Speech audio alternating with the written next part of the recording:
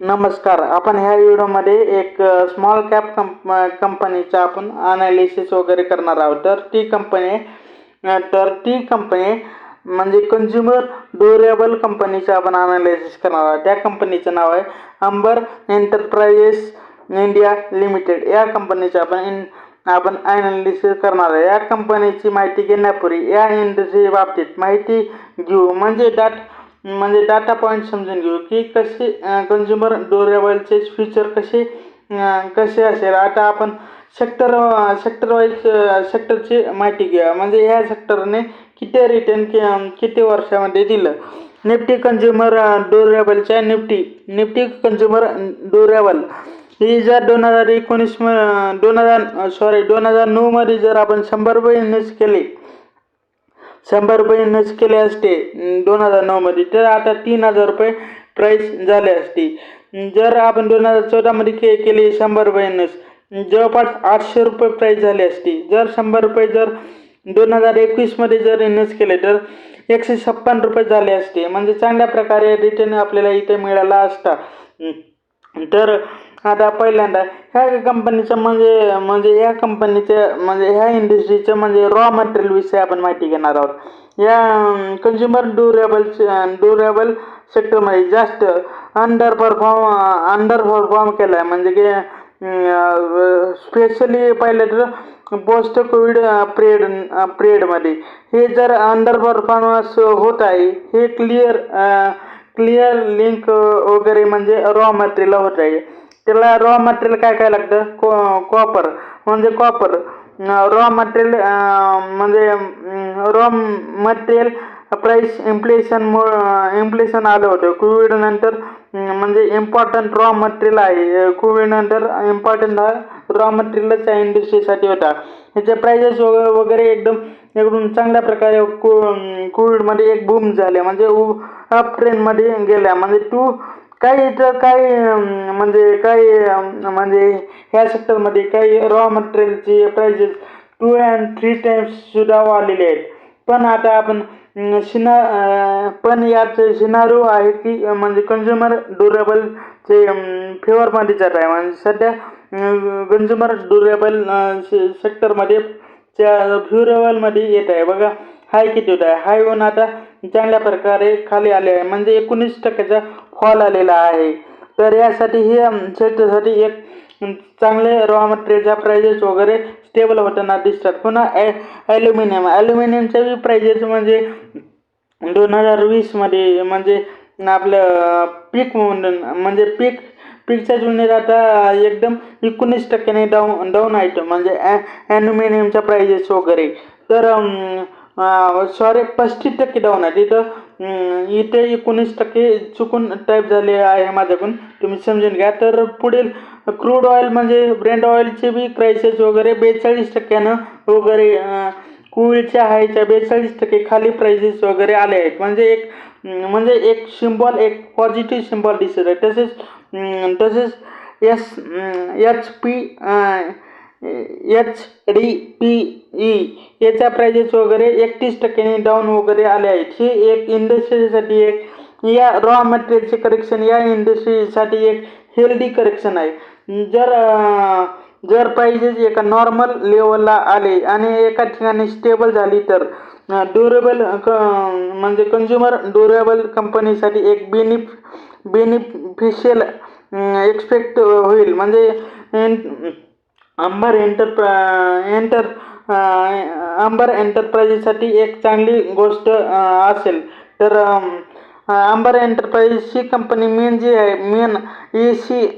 Room AC और air कंडिशनचे सेगमेंटमध्ये काम करते. म्हणजे ऑपरेट ह्याच्यामध्ये मेनली ही कंपनी वगैरे करते. तर कंपनीचे काय प्रोडक्ट काय बनवते, तसेच कंपनी ॲक्च्युअली काय काम करते ते आपण पाहूया. जर कंपनीचे जर आपण सेगमेंटची गोष्ट केली तर यात मेन सेगमेंट आहे म्हणजे कंझ्युमर ड्युरेबल ही मेन सेगमेंट आहे या कंपनी. म्हणजे कंपनी मेनली यात कंपनी म्हणजे AC वगैरे बनवते. म्हणजे रूम AC आपलं कंपोनेंट वगैरे बनवते. तसेच जर कोणत्या कंपनीला जर AC वगैरे पाहिजे असेल, म्हणजे AC वगैरे कंपनीला पाहिजे असेल, फॉर एक्झाम्पल लँड वेअरहूल, तसेच LG, डायन या कंपनी तर या सर्व कंपन्यांना अंबर एंटरप्राइजेसकडे जातात या सर्व कंपन्या. समजा तुम्ही आणि म्हणतात तुम्ही मला फुल प्रोडक्ट आमच्यासाठी बनवा किंवा तुम्ही प्रोडक्ट डेव्हलप करा आमच्यासाठी. That is designing to packaging, म्हणजे पूर्ण मॅन्युफॅक्चरिंग म्हणजे अंबर एंटरप्राइजेस करेल. बिझनेस टू बिझनेस, म्हणजे बिझनेस टू बिझनेस वगैरे हा बिझनेस होत असतो. म्हणजे डायरेक्ट कंपनी टू कंपनी व्यवहार वगैरे केला जातो, म्हणजे सेल्स वगैरे केलं जातं. To this company to this brand असं केलं जातं. नंतर या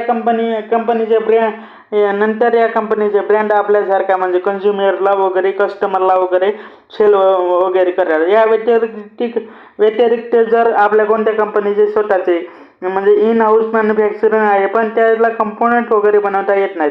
AC साठी लागणारे कंपोनेंट आहे ते अंबर एंटरप्राइजेस वगैरे बनवते. जर ACचे व्हॅल्यू चेंज आहे, त्यात सगळ्यात जास्त म्हणजे बॅकवर्ड इंटिग्रेशन ही अंबर एंटरप्राइजेस वगैरे करते. तर ह्या कंपनीविषयी आणखी आपण माहिती घेऊया. ह्या कंपनीचं म्हणजे रेव्हेन्यू वगैरे पाहिलं तर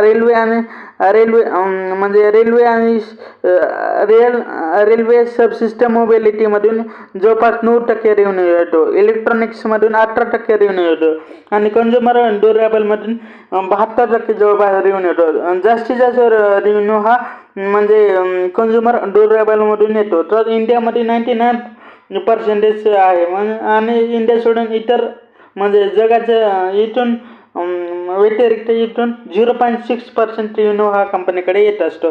तर कंपनीचं 29% म्हणजे AC कॉम्पोनंट सेगमेंटमध्ये मार्केट शेअर वगैरे दिसत आहे.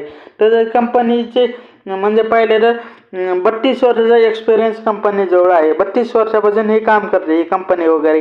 तर मॅन्युफॅक्चरिंग युनिट 27 युनिट हे म्हणजे मॅन्युफॅक्चरिंग युनिट आहेत, जे की म्हणजे प्रेझेंट म्हणजे आत्ता 9 स्टेट म्हणजे भारतामध्ये ते काम करत आहेत. तर ह्या कंपनीचे जर आपण पहिल्यांदा पाहूया कंझ्युमर ड्युरेबल या सेक्टरमध्ये जर पाहिलं तर पाहूया येते.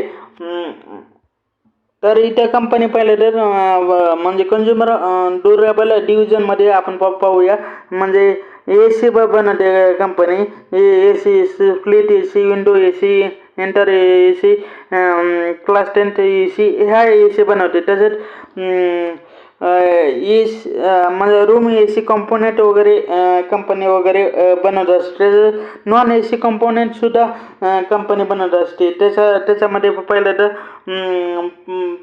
त्याच्यामध्ये प्रोडक्ट वगैरे पाहिलं तर रेफ्रिजरेटर असेल, वॉशिंग मशीन असेल, तसंच पाहिलं तर म्हणजे मॅक्रोवेव्ह असेल, वॉटर फ्युरिम असेल, यासारखे अनेक प्रोडक्ट वगैरे कंझ्युमर ड्युरेबलमध्ये कंपनी ही आपले प्रोडक्ट आणि कंपोनंट वगैरे सप्लाय करते. त्यासोबत कंपनी इंजेक्शन मॉडेलिंगमध्ये बी वगैरे काम कंपनी करत आहे. सध्या कंपनी चांगल्या प्रकारे इथं काम करताना दिसत आहे. तर याच्यामध्ये पाहिलं तर आत्ता कंपनीचे याच्यामध्ये म्हणजे 23 मॅन्युफॅक्चरिंग फॅसिलिटी इंडियामध्ये आहेत सध्या यांचे. तर यापुढील जर इलेक्ट्रॉनिक डिव्हिजनमध्ये वगैरे पाहिलं तर म्हणजे याच्यामध्ये म्हणजे ड्युरेबल सेगमेंट म्हणजे कंझ्युमर ड्युरेबल जे सेगमेंट जे आहे ते म्हणजे आत्ती त्याच्यावर ती कंपनी वगैरे म्हणजे त्याच्यावर जास्तीत जास्त त्यांचा रेव्हेन्यू त्याच्यामध्ये येतो. ते कमी करण्यासाठी तसेच बॅकवर्ड इंटिग्रेशनमध्ये जाण्यासाठी इलेक्ट्रॉनिक डिव्हिजनमध्ये कंपनीने एंट्री केली आहे. PCBA फॉर म्हणजे त्याच्यामध्ये म्हणजे काय, आपण कोणताही इलेक्ट्रॉनिक आयटम बघितला तर त्यामध्ये एक ग्रीन वगैरे चिप वगैरे असते. चिप ग्रीन कलरचे वगैरे चिप असते. That is the print circuit board. त्यावर बारीक बारीक कंपोनंट वगैरे आपल्याला दिसत आहे. व काही इथं बारीक बारीक कंपोनंट दिसत आहेत.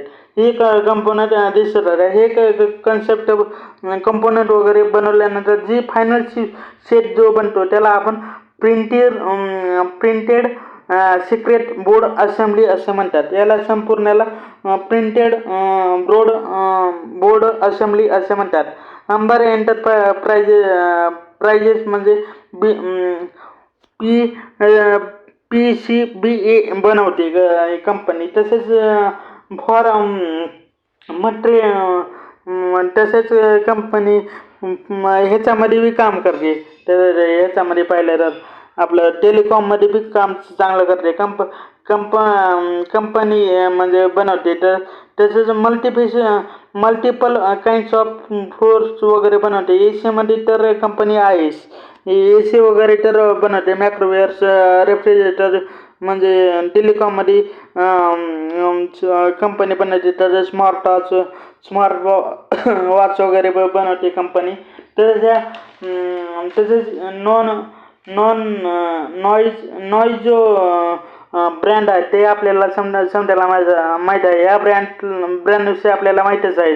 त्यासोबत म्हणजे रिसेंटली कंपनीने जॉईंट व्हेंचर वगैरे केलं आहे. त्या अंडर म्हणजे नॉईजचे प्रोडक्शन असेल ते अंबर एंटरप्राइजच्या थ्रू करणार आहे. Smart watch, Bluetooth speaker and आपलं इयरबड्स, तसेच वायरलेस इयरफोन्स, हे सर्व प्रोडक्ट वगैरे आहे का ते अंबर एंटरप्राइजेस मॅन्युफॅक्चरिंग वगैरे करणार आहे. तर तसेच जे आत्ता पाहिलं तर कंपनीचे आत्ता ह्या फॅसिलिटीमध्ये इलेक्ट्रॉनिक डिव्हिजनमध्ये 4 मॅन्युफॅक्चरिंग फॅसिलिटी वगैरे इंडियामध्ये आत्ता सध्या काम करताना आपल्याला दिसत आहे. तसेच कंपनीचं आणखी पाहिलं तर म्हणजे कंपनीचे एअर म्हणजे कंपनी रेल्वे तिसरा डिव्हिजन म्हणजे रेल्वे सब सिस्टम मोबिलिटी डिव्हिजन.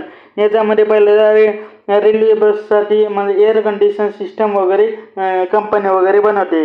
म्हणजे त्याच्यामध्ये पाहिलं तर कोच AC असेल,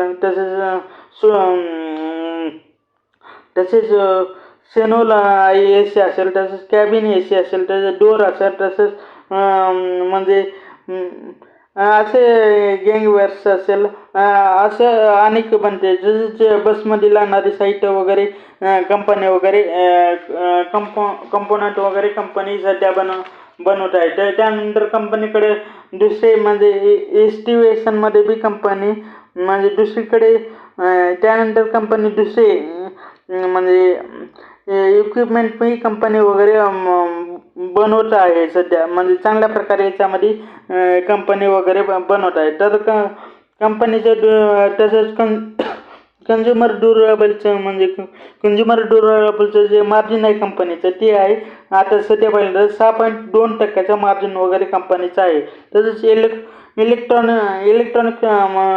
इलेक्ट्रॉनिक डिव्हिजनमध्ये आता सध्या पाहिलं तर 4.8% मार्जिन कंपनीचं आहे. तर ती लवकर म्हणजे पुढील वर्षी 7% त्यांचं टार्गेट आहे. म्हणजे इथं मार्जिन वाढवण्याचा प्रयत्न कंपनीचा आहे इलेक्ट्रॉनिक डिव्हिजनमध्ये. तर कंपनीचं याच्यामध्ये एक मार्जिन म्हणलं तर 21.3% म्हणजे एकदम चांगल्या प्रकारे रेल्वे सबसिस्टम आणि मोबिलिटी डिव्हिजनमध्ये चांगल्या प्रकारे कंपनीचं मार्जिन वगैरे दिसत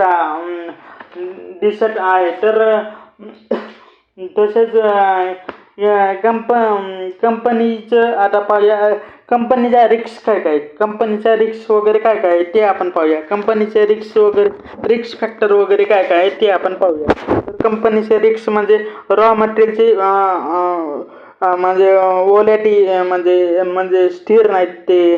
म्हणजे प्राइजेस वगैरे रॉ मटेरियलच्या वर खाली करत आहे. त्यामुळे ह्या कंपनीचे रॉ मटेरियल ओटॅलिटी वगैरे कंपनीची रिक्स आहे. दुसरं म्हणजे त्या क्लायंट कन्व्हर्सेशन, क्लायंट हे जास्त कंपनी म्हणजे क्लायंट कन्व्हर्सेशन हे जास्त करत आहे. या कंपनीचे मेजर एसीचे जे AC प्रोव्हायडर आहेत म्हणजे मेजर क्लायंट आहेत जे म्हणजे contribution to major of their revenue. पण कंपनीकडे कंपनीने अनेक म्हणजे ॲक्विजिशन केले आहे लिस्टिंग नंतर 2008मध्ये 2018मध्ये वगैरे याचा लिस्टिंग वगैरे झाल्यानंतर कंपनीने चांगल्या प्रकारे काम करण्याचा याच्यावर प्रयत्न केलेला आहे. तर पण त्याने बॅकवर्ड इंटिग्रेशन ही स्ट्रॉंग आणि क्लायंट कन्व्हर्सेशन म्हणजे कंट्रॅक्शन त्यांनी चांगल्या प्रकारे म्हणजे डायव्हर्स केलं म्हणजे 10-20 खेळ केलेला दिसत आहे. तसेच पाहिलं तर अनसिजनेबल वेअरेबल्स वगैरे म्हणजे तिसरा मुद्दा अनसिजनेबल वेअरेबल्स वगैरे वेदर्स म्हणजे अनसिजनेबल वेदर्समध्ये क्वार्टरली 4मध्ये जर बघितलं आपण तर त्यामध्ये अनसिजनेबल रेंजमुळे ACचे वगैरे सेल वगैरे ते कमी झालेले कंपनीचे सध्या दिसत आहेत आपल्याला. तर ह्याच्यामध्ये पाहिलं तर जे कंपनी म्हणजे AC म्हणजे आता त्याच्यामुळे म्हणजे ACचा वगैरे म्हणजे विक्री कमी झालेली कंपनीची दिसत आहे म्हणजे सिजनेबल याच्यामुळे. तर कंपनीचं चौथं म्हणजे इन हाऊस मॅन्युफॅक्चरिंग. तर आता पाहिलं तर ACचे मॅन्युफॅक्चरिंग ब्रँड आहेत ते स्वतःच म्हणजे मॅन्युफॅक्चरिंग फॅसिलिटी सुरू करतात. फॉर एक्झाम्पल पाहिलं तर हेवल्सने आताच लँड ज्या सेगमेंट आहे म्हणजे आत्ता त्याने एक बिग कॅपेक्स वगैरे केलं आहे. त्यात त्यांनी मॅन्युफॅक्चरिंग फॅसिलिटी एक चांगली वाढवलेली दिसत आहे. तसेच अनेक ब्रँडही म्हणजे ब्रँडने रिसेंटली त्यांचे न्यू फॅसिलिटी रेडी केले आहेत. त्यामुळे यांच्यामुळे इम्पॅक्ट हा अंबर एंटरप्राइजच्या रेव्हेन्यूवर होऊ शकतो. यामुळे AC बनांचे कंपोनंट वगैरे जे कंपनीचे आहे ते कंपोनंट आहे त्या जागी म्हणजे AC कंपोनंटच्या जागी म्हणजे AC कॉन्ट्रॅक्टच्या जागी AC कंपोनंट कॉन्ट्रॅक्टमध्ये शिफ्ट कंपनी होईल असं वाटतं. तर जो कंपनीच्या मॅनेजमेंटचंही म्हणणं आहे की ती AC टू AC कंपोनंटमध्ये चांगल्या प्रकारे म्हणजे स्ट्रक्चर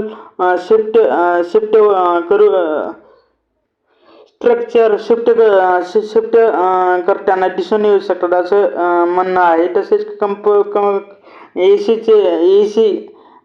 AC कंपन्यांचे जे सेल्स म्हणजे AC कंपन्यांचे जे सेल्स कंपनीचे आहे ते बेटर असेल असं कंपनीचं म्हणणं आहे. तसेच पाचवा मुद्दा म्हणजे म्हणजे जे चीनचे म्हणजे प्रोडक्ट वगैरे आहेत कस्टम ड्युटी क्लायंट म्हणजे चायना इम्पोर्ट जे चीनचे म्हणजे प्रोडक्ट वगैरे आहेत ते एकदम चिप्स वगैरे एकदम लो प्राईजला वगैरे आपल्या भारतातल्या नागरिकांना वगैरे वापर करतात. त्यामुळे भारतातले जास्तीत जास्त लोक हे याच्यावर फोकस करतात म्हणजे कमी किमतीमध्ये दिसत असले तर ते लगेच घेतात. The same case in this industry जे म्हणजे अंबर एंटरप्राइजेस वगैरे जे काउंट स्पोर्ट्स आहे म्हणजेच अंबर एंटरप्राइजेस काउंटर पार्ट्स आहेत ते लो प्राईजवर म्हणजे इंडियात सप्लाय होतात. Because of the impact of custom duty. आता अंबर एंटरप्राइजेसचे जे प्रोडक्शन आहे ते